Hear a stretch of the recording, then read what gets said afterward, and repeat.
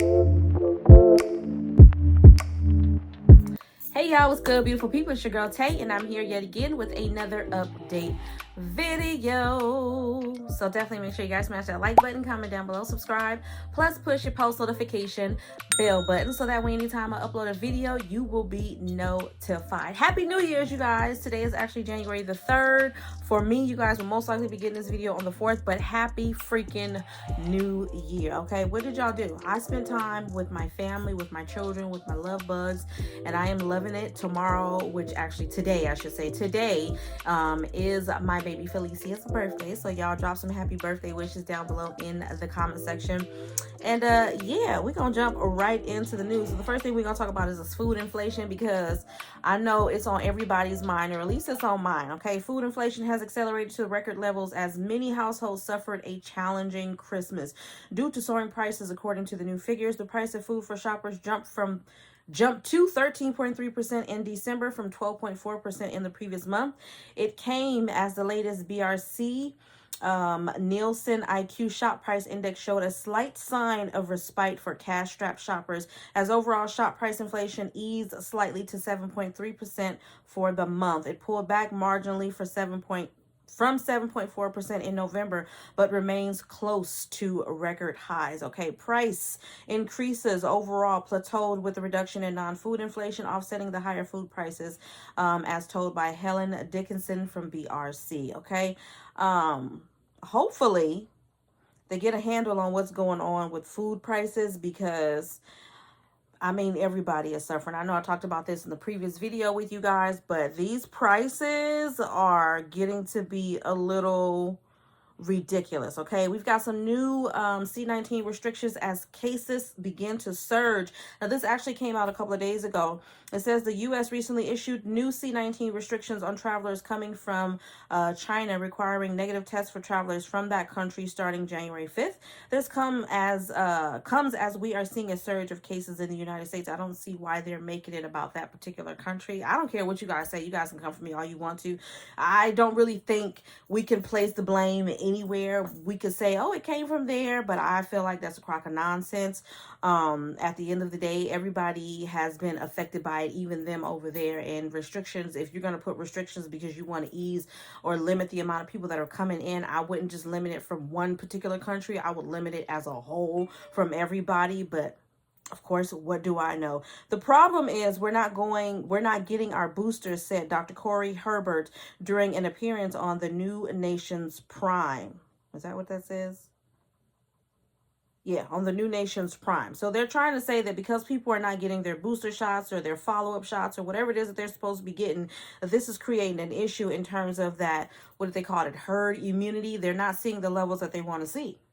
I could have told them that was going to happen, because there's a lot of stuff that has transpired with people getting the first immunization, and then for some the second immunization, and then some people are just not seeing any results at all. I mean, we've been known that the vaccination does not keep you from getting the virus. It's supposed to help you, but for some people, they're not even seeing that help. So I don't know.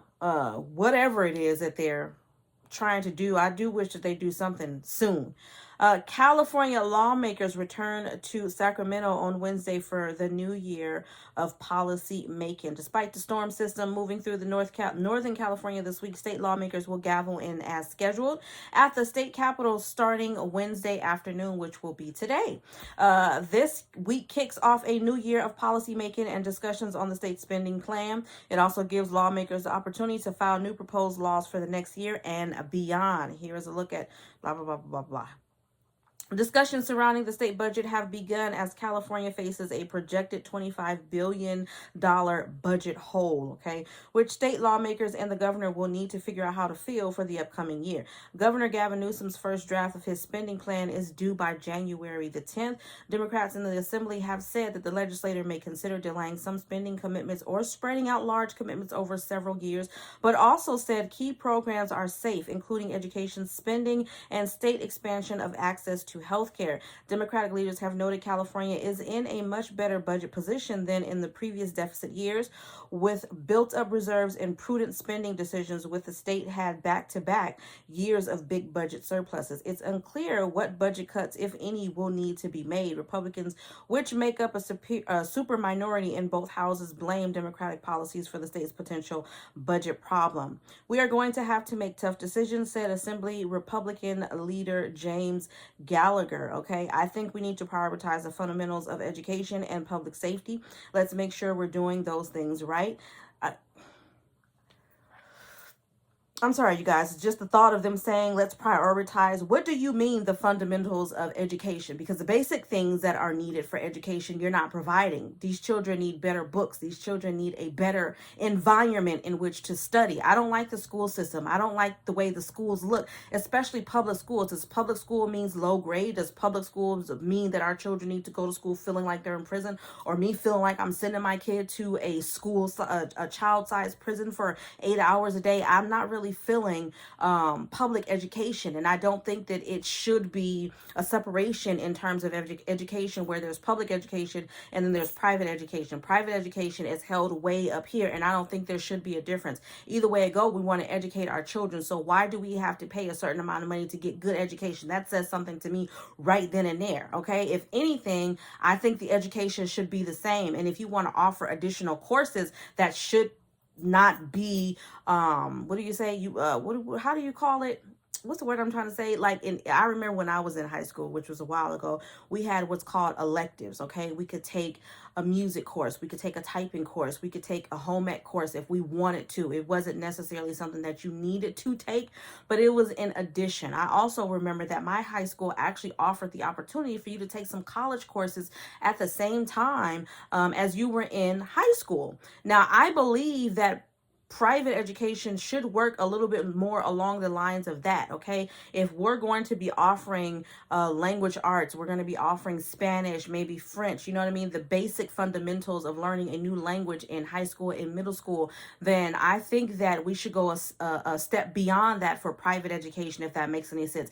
There should not be a difference in the quality of education for public school, and that's all I'm gonna say about that. And I feel very, very passionate about that. I've been feeling that way for the longest. I know I just said this is the last that I'm gonna say, but I'm obviously not done. I know for me, I went to what's considered to be a low grade high school originally, but then I got transferred to a charter school, which I can definitely tell right away, not only was the environment better, but the education was better. Okay, and I've experienced that several times in going through the education system as a child, even from going to one middle school to another middle school. One middle school was considered in an area that was below the poverty line, and so the education there was different. I had actually transferred to the low grade middle school from being in an area where I had gone to a better school. And when I got to that low grade middle school, they were just now getting to subjects that I had already learned in previous at the previous educational institution. So I said all that to say that while they're talking about the fundamentals of education, what does that mean? What does this guy mean? They need to give more details and descriptions of what it is that they're talking about when they say this. I feel like they just say this because they don't expect the American people to be smart enough to understand. You're talking about education, but what are you really doing about it? Are you providing better books? I think that every child should have access to internet. I know they've been doing some things to implement that. I spoke about that in previous videos, but there are so many other things that they could be doing in terms of making sure that all children have access to good quality education. Okay, we're gonna move on from that though, because y'all know how I can get. Democrats in the Senate have not yet presented their set of budget priorities. I think we'll have another good budget year, said State Senator Nancy Skinner of Berkeley, who leads the Senate's Budget Committee. Skinner said she doesn't believe the state will need to tap into its reserve to make up for the projected shortfall if it materializes. We may have a difficult time making the kinds of investments we've had in the past, so we'll just have to be smart about how we use those dollars most effectively. She said this today. So we, of course, are going to end off with emergency SNAP maximum benefits. I am going to take a look really, really quick, see if there's anything that has changed. I don't think that there is much. that has changed. I don't see anything different, but of course, we'll get to January in just a second. I'm going to skim this December list really quick just to see if there are any states that are currently waiting for benefits for the month of December. Okay, California, for December benefits, we have a payment that's going to be going out, I believe, this weekend, January the 7th, and then another one on January the 13th. Hawaii is going to be January the 10th. Massachusetts, you should have received your December benefits today, the 3rd. Well, for me, the 3rd today. Minnesota, we have January the 10th through the 12th, the 16th through the 19th, the 23rd through the 26th, and then the 30th and the 31st. New Hampshire, final payment January the 20th. Oregon also should have received some benefits on January the 3rd. Vermont, January the 12th. West Virginia, final run, January the 11th. And that is all for December. Now, I'm going to try to do a side-by-side here to go through these January dates for you guys. Do I have Louisiana? Looks like everything is pretty much the same and updated, and everything is good to go. Okay, we have Alabama, January the 31st to be available February the 1st. California, February the 4th and February the 11th. Colorado, January the 8th through the 13th. Connecticut, regular issuance. Delaware, I'm not seeing you on this list. I don't know why I wrote you down. DC,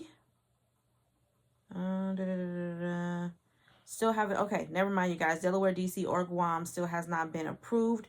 Hawaii, February the 13th. Kansas, February the 19th through the 28th. Louisiana, January the 7th, 14th, 21st, and the 28th. Maine, January the 10th. Maryland, January 4th through the 23rd. Michigan, January 21st through the 30th. New Jersey, January the 1st through the 5th.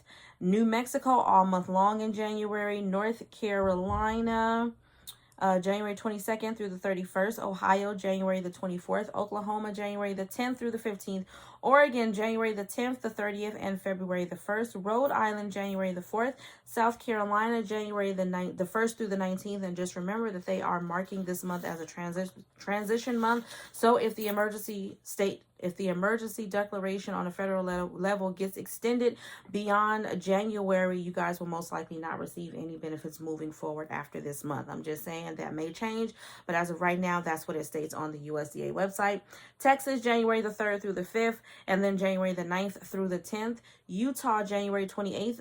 Virginia, January 16th. Washington, January the 1st through the 4th, and then the 5th through the 20th staggered. West Virginia, January 4th, and then final run February the 13th. Wisconsin, January 21st, and then a final run on March the 11th. Quick little update regarding California pandemic EBT benefits. Not really much of anything, you guys. I did call in to get some information. I know they started sending out the pandemic EBT cards for school-age children just recently, but they are asking that you give them at least 30 business days. So, you know, we had holidays, we had Thanksgiving, Christmas, and all of that, and New Year's that has come and gone within that time. So just be mindful to give them 30 days. I know for a lot of you guys, it's kind of like we've been waiting for the longest. Trust me, I do understand, but give them 30 business days before you call them for a replacement card. And then with that, also keep in mind that with that replacement card, it's going to take another 30 business days for them to print it out and send it to you again. Okay. And it's 30 days from what I understand from when they actually mail it out, not when they actually print the card, because they don't print the card and send it out on the same day. That's my understanding of it. I'm going to call and see if I can get another update, but that is absolutely all, you guys.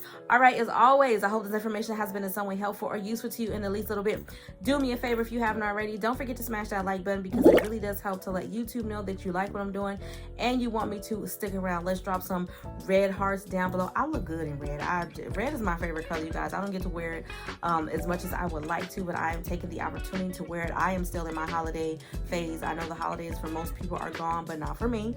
So I am enjoying my red. Let's drop some red hearts down below. Let me know you made it all the way to the end of this video. Remember to live, love, elevate, and I will definitely see y'all in the next video. Peace, y'all.